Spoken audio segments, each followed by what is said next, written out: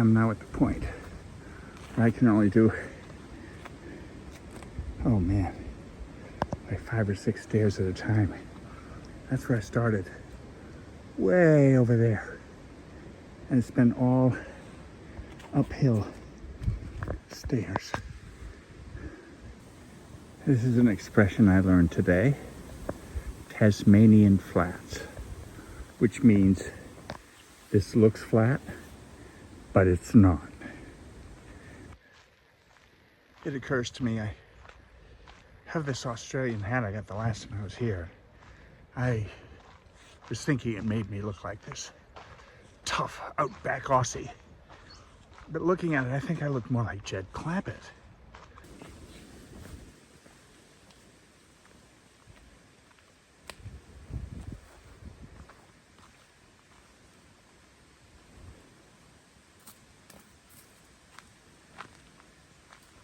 How do you know you're hiking in Australia?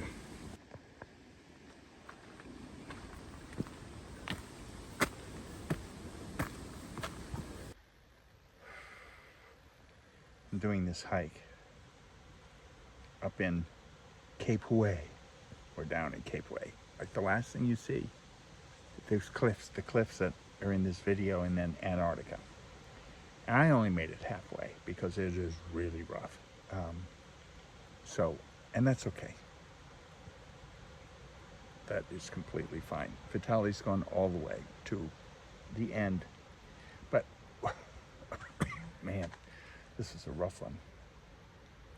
But this is the thing, is after my father passed away, I said, all right, the goal and the focus from the rest of 2024 through all of 2025 is health. And I challenge you to do the same thing. But you know, for me, since the pandemic, things have gone right downhill. Starting with that, I almost swore, COVID.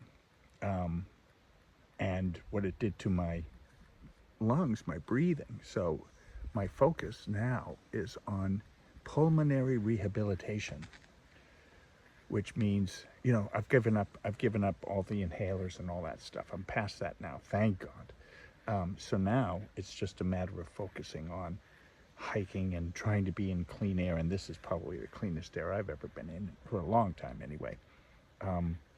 And so it didn't matter to me that I didn't quite make it to the end, the dramatic part. I made it halfway, and that is halfway on this thing is pretty brutal. So off I go. I just found this little bench. It's the only one on this whole trail, so I took advantage.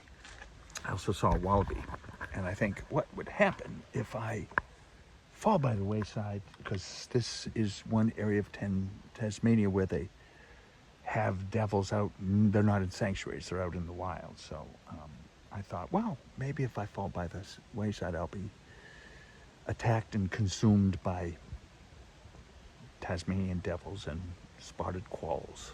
What a way to go. Certainly it'll be a memorable way. Some people are asking what happened here. So this is what happened. There is a kangaroo called the forester's kangaroo. It's a subspecies of the eastern grey, and it's only in northeastern Tasmania in a place called Mount William Park. So Vitaly and I went hiking there. That was a lot easier because it's kind of flat. But they have these sort of scrub brushes that grow all over. Very nondescript, but tough as hell. And I was just walking, and suddenly my foot must have got caught in one, and whoom, forward, right down, right there on that. I don't think it's broken, like being with Vitaly in Iceland when I broke the other wrist, but this one I think is okay. It just hurts like hell. Now I need to be down there, almost there. A little earlier I said, after my father's death, which still I'm living in two worlds. You know, there's the real world that happened almost a month ago. And then there's the world I'm living in half the time, where I'm like, I see something, or I want to tell him something, and I'm like, oh, wait till Dad hears this, or wait till he sees this. And then I remember, like, oh my God. But it seems like that's real. I mean, the fact that I can call him, it seems still so real. But then the real world intrudes again. But earlier this week, I was sitting looking at the ocean, and it was a drizzly cold day, and he loved those. He loved to go rabbit hunting on days like that in New Hampshire, just a light drizzle. It's my favorite weather too. And I thought, oh, I wish I could tell him that I'm sitting here on this beach in Tasmania in the perfect kind of weather that he loves. And I had this really overwhelming thought or sense that he could see it, and he did know about it, and that he was with me, you know. So even when I have those jolts of shock, at the same time, I almost always have been getting these strong feelings of him being here too, because he would have loved this. He would have loved all this adventure in Australia. Would have loved it.